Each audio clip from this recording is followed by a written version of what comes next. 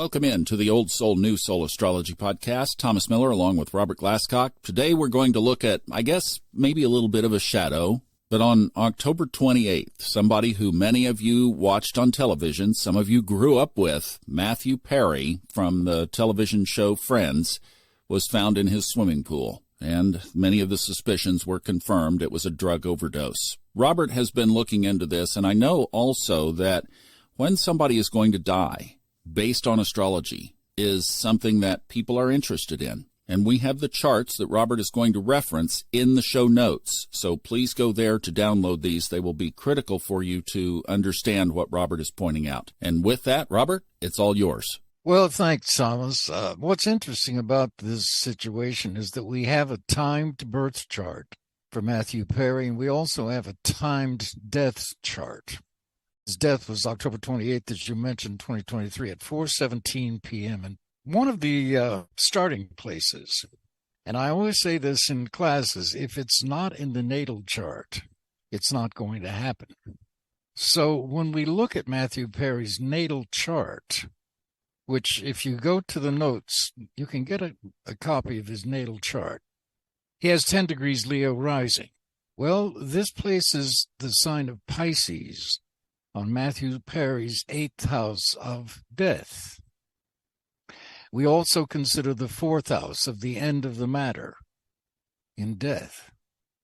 Pisces on Matthew Perry's 8th house, as you probably already know, astrology students, Pisces rules drugs, including alcohol, cocaine, ketamine, kratom, all of the drugs. It also rules death by drowning.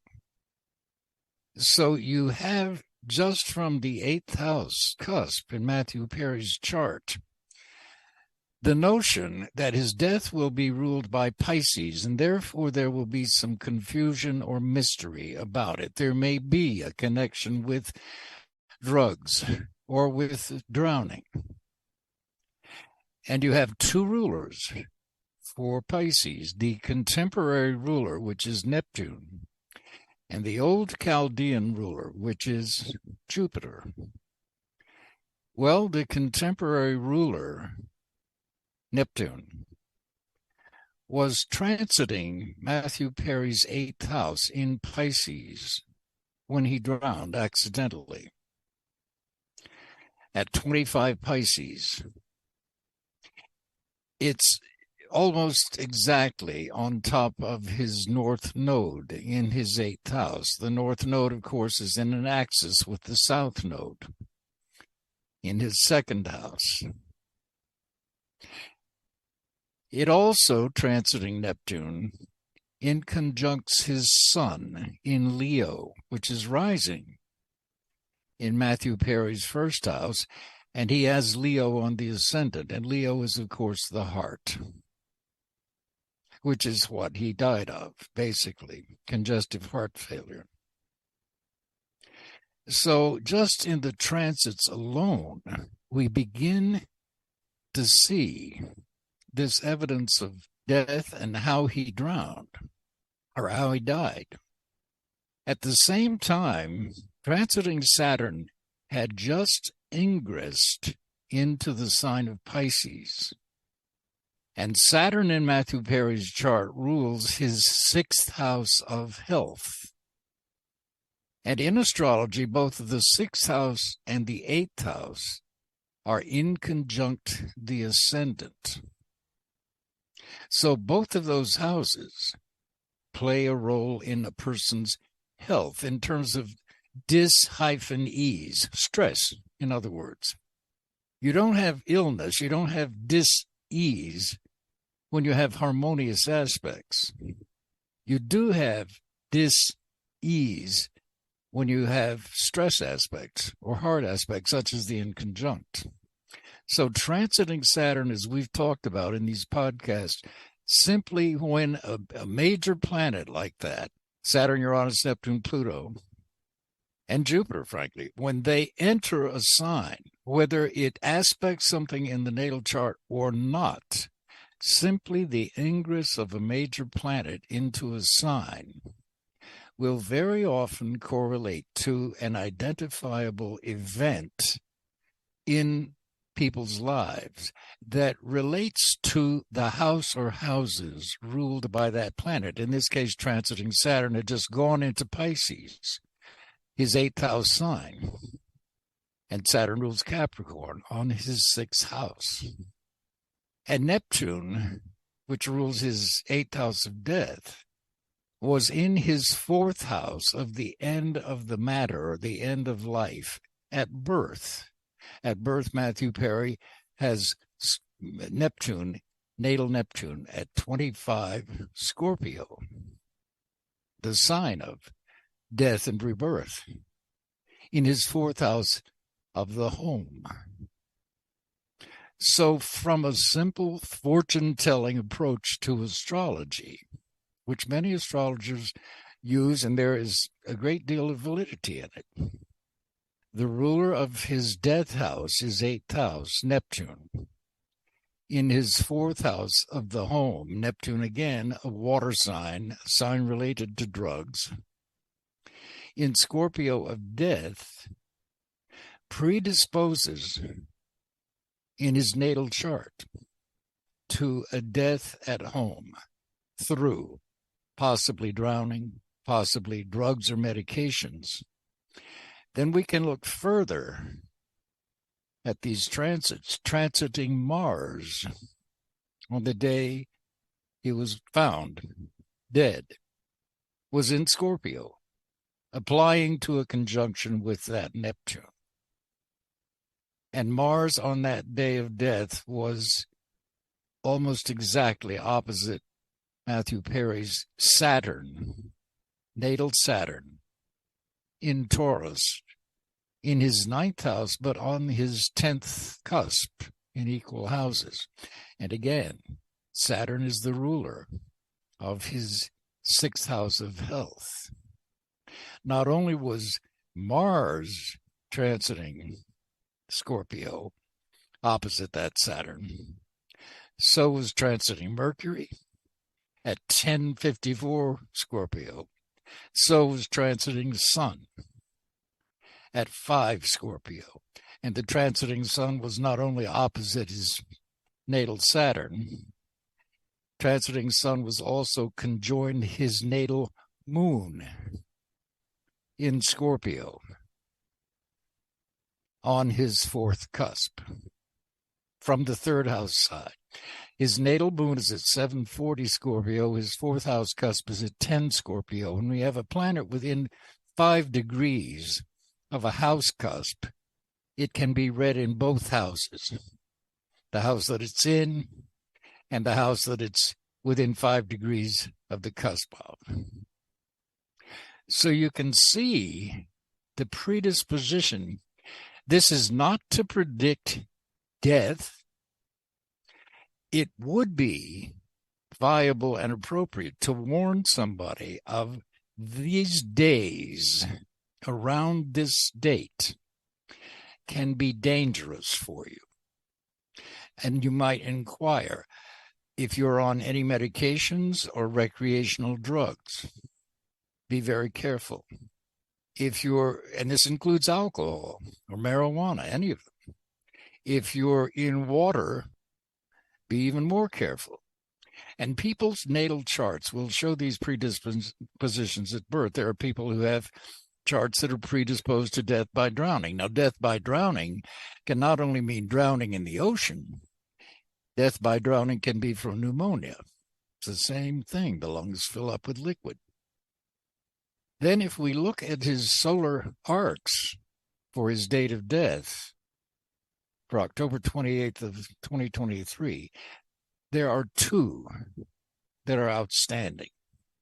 One of them is solar arc Saturn squaring Matthew Perry's natal Uranus in Libra. Saturn, solar arc Saturn's in Cancer, squaring natal Uranus in Libra, which is one of the classic indications of an accident, a serious accident, which this was. The other solar arc is solar arc Neptune in his 6th, opposite exactly his Venus in Cancer in his 12th, which, as you know, the 12th house on the negative side is classically the house of self-undoing, secret sorrow, loss, tragedy. So he has fought his addictive personality, and he did a lot of good in the last years of his life, publishing a book about his struggles with his addictions that he hoped would help other people. But these are the aspects in this particular case for those astrologers who are looking at death in a horoscope to consider. And it's always instructive if these are areas that you want to go into as an astrologer. When you have the death of a public figure like this, and we know their time of birth, their date of birth, and we know their time of death, as we often do with public figures, study the charts, especially for transits and solar arcs, and you'll begin to accrue more and more instances and characteristics surrounding various types of deaths and their timing. And you even notice something else in his natal chart. I've often said, in fact, I wrote a little book about this using planetary degrees. And you can use them here. We mentioned that Matthew Perry has Pisces on his 8th cusp of death. Neptune, which rules that, his natal Neptune is at 2559 Scorpio. So let's just call it 26 Scorpio. So you know that at age 26, Matthew Perry would have had a crisis involving alcohol and drugs. And you can multiply that by 2, the second harmonic. 26 times 2 is 52. Well, he actually died at age 54. But you could predict simply using the degrees of the planets and the harmonic. Natal Neptune, the ruler of his death, is at 26 Scorpio. Multiply by 2 and you get age 52. So that around that age, he would be predisposed to have some sort of crisis involving these very Neptunian factors. Doesn't mean he has to die from it, especially if you are informed with astrology that, gee, you may have this predisposition. Here's an age where it's likely to eventuate. Be careful. If you did have a crisis with drugs and alcohol when you were 26, get a grip on it. Deal with it so that you can avoid the negative ramifications of that when you are around age 52. So just because something shows in a birth chart does not mean it is fated to happen. What you are meant to do is to pay attention to it. And if it applies to you, solve it. And that's what astrology is really about. So this has been fascinating to me to look at with Matthew Perry's chart. You can do this with any public figure. It's a great way to study different, not just death, but other types of events with public figures, because we have documented, printed times for significant events. Robert, that was fantastic. Thank you so much. That was quite a study. And I'm going to bring a little bit of levity to the scene here for a second because, yeah, I know that was a lot. And here's the thing. Robert and I connected over his practicum classes, basically, that he was doing in solar arcs and then also in horary. And that was just exactly like this. It was drinking out of a fire hose. And I was still really, like a lot of you are, trying to even get the structure and the framework of what was being discussed on the live broadcasts. So look, here's the deal. Here's what I did. I went back and I watched the recordings where I could pause and I would write down in my notes everything that he said. And then I would call the chart up and I would look and I would absorb what he was discussing and what he was talking about. And doing that time after time, over years, is how his work began to synthesize into my own consciousness so that I can use it today. But I know what you probably just heard was a fire hose. So just go back. You have the luxury of being able to replay this over and over and over. Take notes, look at the charts, be sure to download those from the notes, and that's how you'll synthesize what he was talking about. May I add, this is not levity, but may I add one thing further? Yes, this sir. Is a transit in Matthew Perry's chart to consider. Transiting Pluto, which rules Scorpio, and therefore his fourth house of the end of the matter, transiting Pluto was at 28 Capricorn in his sixth house of health, exactly square his timed natal midheaven at 28 Aries. Exactly. So again, the more ways that you see something in astrology, the more certain you can be of making an accurate projection. I like to see things at least two ways, but preferably three or more. So I just wanted to throw that in. Yeah, thank you for that. And that, of course, came from the chart that has his birth and his death on the same chart. That was the chart he was looking at there.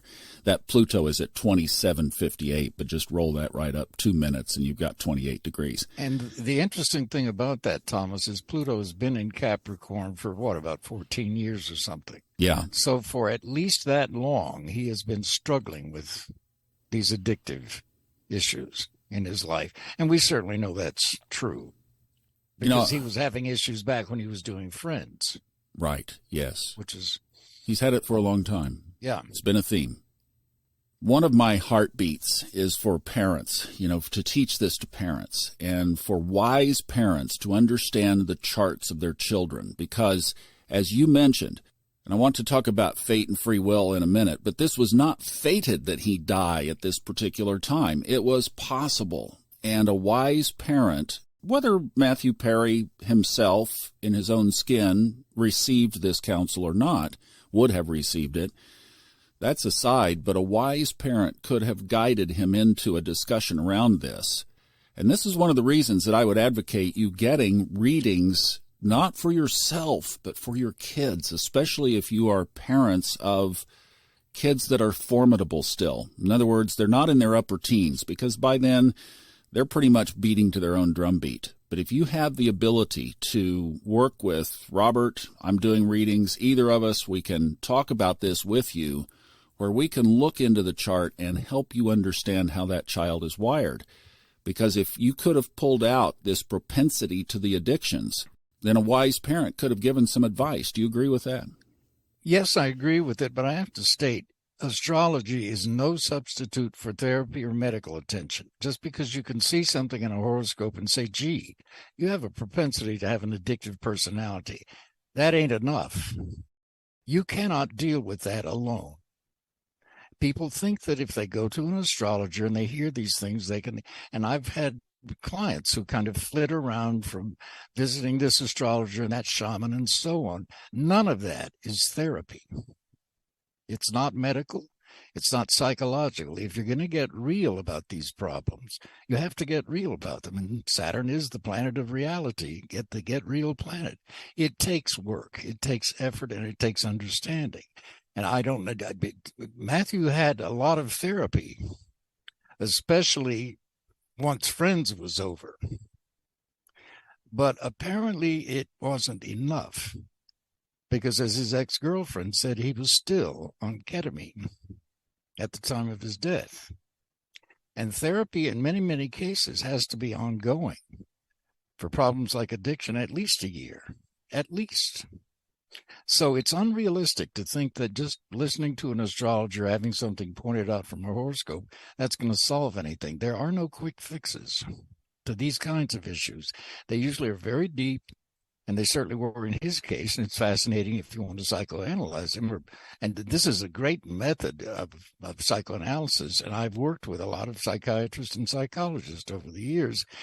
Astrology doesn't heal anything, but it gives those professionals a gateway into what they need to talk about. So just to add that. Yeah, that's a great point. And then that flips back over to what I just wanted to re-elaborate as well, fate versus free will. You know, you created such a compelling case that it was almost like, how could he have avoided this? But he could have. Absolutely, he could have. I've done it. You've done it. All of us have gotten therapy for problems. If you have a predisposition to diabetes, for example, which I knew I did, and I very consciously have avoided anything I can to trigger it. So I'm not diabetic. This is something that Dr. William Davidson in his lectures on medical astrology stresses. You know, you can have the worst looking horoscope, and I've mentioned this probably in these podcasts, but it's like having a keg of dynamite in the basement of your house. It's perfectly safe if you don't go down there and light a match and strike the fuse. So if you have a propensity to things like diabetes or schizophrenia or bipolarity or alcoholism or addictions, recognize that they're there. And they're probably in your family background as well, and begin to get treatment for them so that they don't become life-threatening or fatal issues. Yeah, clean out your basement. Free will right there. Yes, exactly. One other little technical ticky-tack that I'd like you to just comment on quickly, and then we need to slide out the back door here, is when you talk about the 8th and then the 4th house axis, just a note, observation, that's always going to be in an element-based trine relationship, those two cusps, aren't they? Yes, they're in what we call the nadir triad, the nadir being the 4th house. The 4th, the 8th, and the 12th form a triad. There are all sorts of triads in astrology. There's the ascendant triad, which is the 1st, 5th, and the 9th. So the nadir triad, the 4th, the 8th, and the 12th, all relate to death and rebirth and transformation and spirituality. All three of them do. And further, you can go with this. Each triad is comprised of the same element, in this case, water. And it's also, each triad is composed of an angular, a succedent, and a cadent house. So in terms of, and it depends on the house, here we're looking at death in Matthew Perry's chart. So we're going to call, let's say the 8th house is his death. That then becomes the focus of a new triad, an 8th house triad. And the 8th house in this triad then becomes the angular house in relation to death. The succedent house in this triad would be the original 12th house, which is the future of his death. And in relation to the 8th house now being thought of as the 1st house of his death, his natal 4th house becomes the past, the cadent house leading up to his death. This is maybe a little esoteric. Angular houses are always the present. Succedent houses are always the future arising out of this present. And the cadent houses are always the past leading up to this present. So if we're looking at death, in Matthew Perry's chart, his natal 4th house is the past leading up to his death. And the past in this case is the nadir, the 4th house, the family, the home and the family, where he has Neptune at birth in a fixed sign, Scorpio, very addictive and very, if it's afflicted, and very hard to break because it's fixed. Do you see what I mean? So it's another perspective on reading these houses. And I like what you just brought up because they are trying each other. You do have these triads. In the 1st house triad, the ascendant triad, for example, your 1st house is the present life. The past life leading up to it is the cadent house in the ascendant triad, which is the 9th house. The future life arising out of this life is the natal 5th house because it's the succedent house in relationship to the ascendant or 1st house. You see what I mean? This is a little maybe too in-depth for this, but that's nonetheless a different perspective on how to read these horoscopes. Well, what I love what's going on here, guys, is what Robert is giving you is so much in these 25 minutes so far of how he synthesizes and how he looks at a chart, and a lot of how he works his magic. And what I said before, I would encourage and reiterate, if you can reconstruct what he did here, and even look at other people's charts, like I have a friend who just passed. I could do this with her chart and look at what that shows. But when you can take somebody else's chart, maybe you have a friend or a relative who you have their birth information, and you know that they have recently passed on, then you could reconstruct some of this with exactly the same techniques. Work that into your repertoire of how you approach astrology, and you'll begin to start thinking like Robert Glasscock. Thank you so much, Robert, for this. This was just excellent, and what a great teaching lesson this was. If you'd like to talk to Robert about your own chart or your kids or your family, that information to contact him is in the show notes. Our Discord channel is kind of on fire right now. Kristen is doing a great job with that. And then everything else that we have going on, links to everything are in the show notes. Thanks so much for listening. We'll see you next time on the Old Soul, New Soul Astrology Podcast with Robert Glasscock.